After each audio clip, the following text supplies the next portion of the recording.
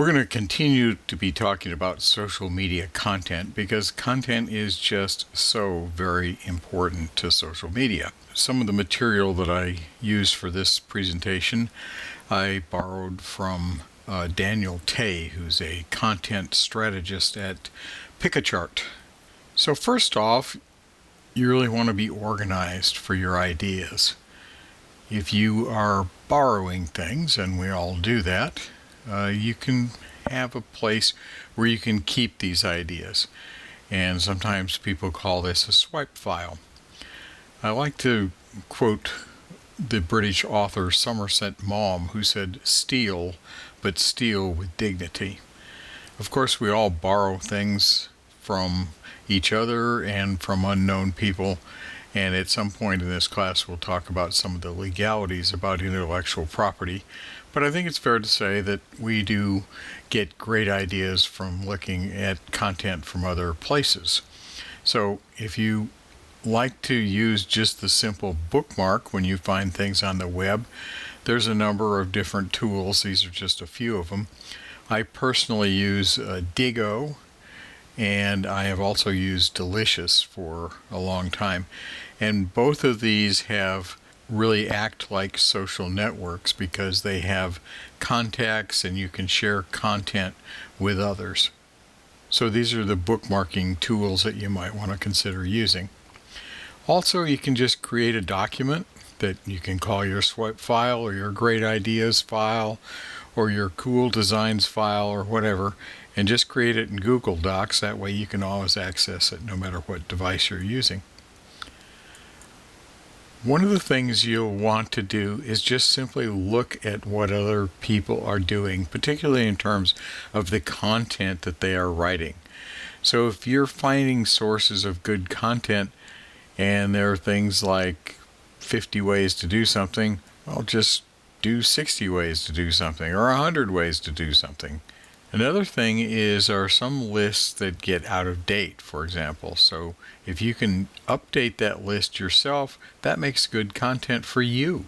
Of course, we talk constantly in this class about graphics and the need for really outstanding graphics and visualizations. And if you remember, infographics are those things that visualize a lot of information in an attractive way, and they are very, very popular in terms of content for social media. And again, another thing is you can take some idea you see out there and just add more detail. That's not always simple to do, but it's a way that you can get content and make it your content. So what would you want to look at? Well, one of the things to look at are people that blog not just about social media itself, but about what your organization or your business is. So if you're an outdoor recreational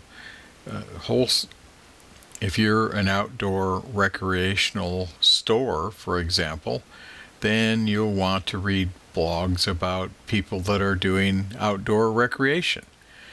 And you read the bloggers in these content areas, and you can find content for them that you can then share on your social media network.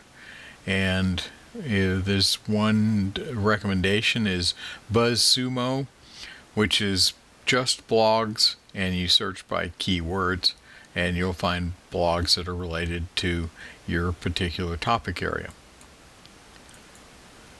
One of the ways that you get things that will be useful content is to simply ask your customers or those that are interested in what you have. And you can do that if you're a big company, you might have a call center, and those call center people keep track of questions, and the questions make good content. Also, if you have sales staff, that would be a similar sort of thing. What are people asking the sales people about? You can also use a live chat app. And Zoplin and Olark are two. I'm not really one who has used these, but there are others. And the idea is if somebody's on your website, you can have a little thing that pops up and says, do you want to chat with somebody about what we do? You probably have seen that. Now, the only thing is you got to have somebody there. And you can't just display this sort of thing and not have somebody there all the time. So think about that. You can also take advantage of the meetup capabilities.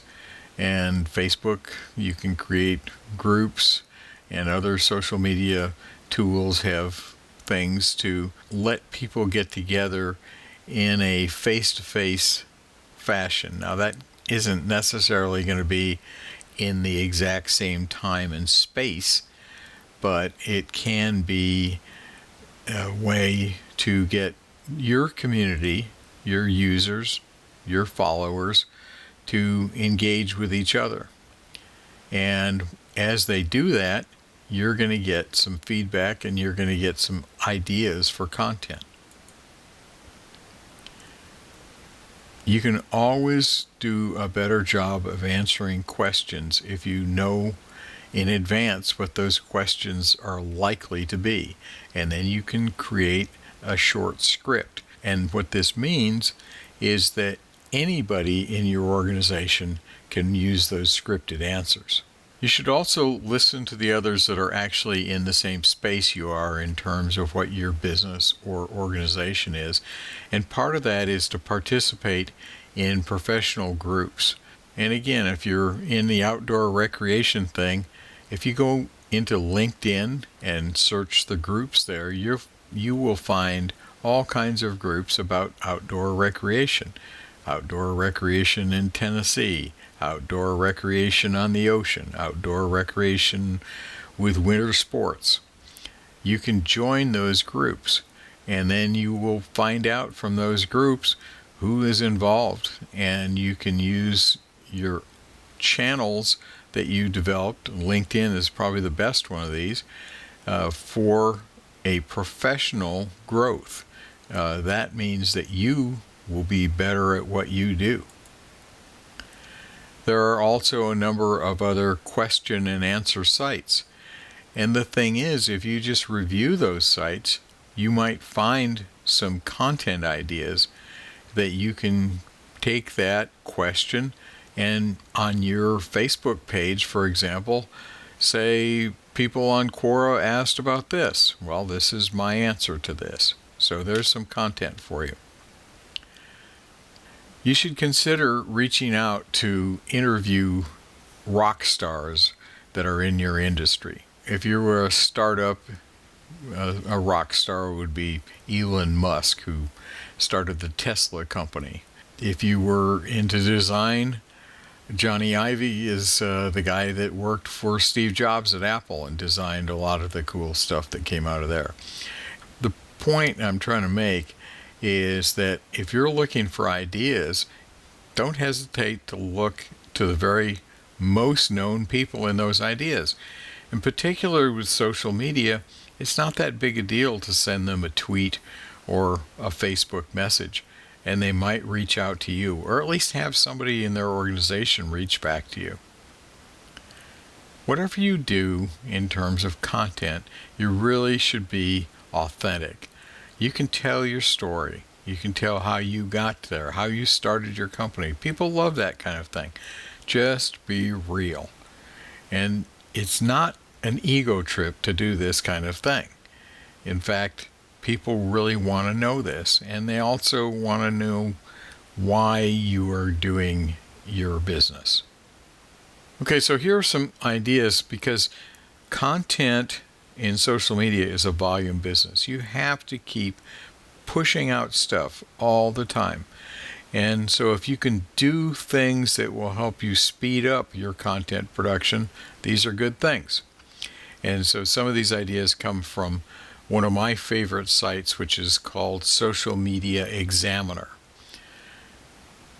One of the things that they bring up is the idea that, sure, you're going to spend a lot of time developing content and posting it, But you also need to make time to go beyond that, and that is to engage your customers. And so if you can figure out some ways to sort of automate your content production, that will give you more time to spend with your customers. It comes down to two things. In social media, you're going to post original content. Could be status updates, photos, links to your sites, links to other sites, or you're going to be doing live interaction, replying, retweeting, sharing. So you're going to post original content or you're going to be interacting. Those are really the two things that happen with social media. If you can create some categories or some ways of organizing the types of content that you'll be doing, and then develop sort of a plan, this will really help you out. So here are some things that you can do on a regular basis.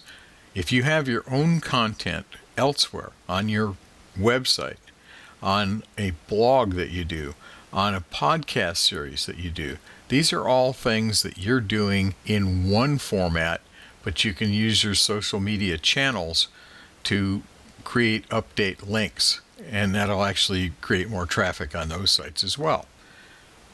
When your company gets mentioned somehow in some content that's out there, for example, my tweets get picked up by different aggregators and I get added to different Twitter lists.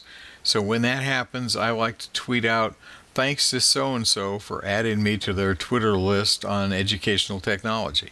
Not only is a polite thing to do in the fact that I'm thanking somebody, but it's also letting my other people know that, hey, this guy knows something because he's being added to these lists. And of course, we're going to be using other people's content, and you can find great content and get it out there from trusted sources. Here are some different categories of content that you can do all the time. A single-use post, one-time content, push it out there. Words of wisdom. Now this can be your own tips and advice, or it can be quotes from some other people. If you find an interesting article from an expert, we'll quote that expert and make it your I agree with so-and-so. Remember, the internet has all kinds of stuff out there. You should try and set some goals, like I'm going to create 10 updates per day. And I basically do this on my Twitter. I try to have at least 15 to 20 tweets that go out every day, and I try to have good quality content, of course. But if you're organized about this, it can help you out. And so there are some tools that you can use that help you schedule things. One I use every day is Tweetdeck. And Tweetdeck is free, which is good. You can pay more and get more service, but it's quite adequate in the free thing. And it tracks all the tweets that you send out, all the tweets of the people you follow. So Tweetdeck also lets you track by hashtags. So if I put in a hashtag EdTech, it will follow all the content that comes through with that hashtag on it.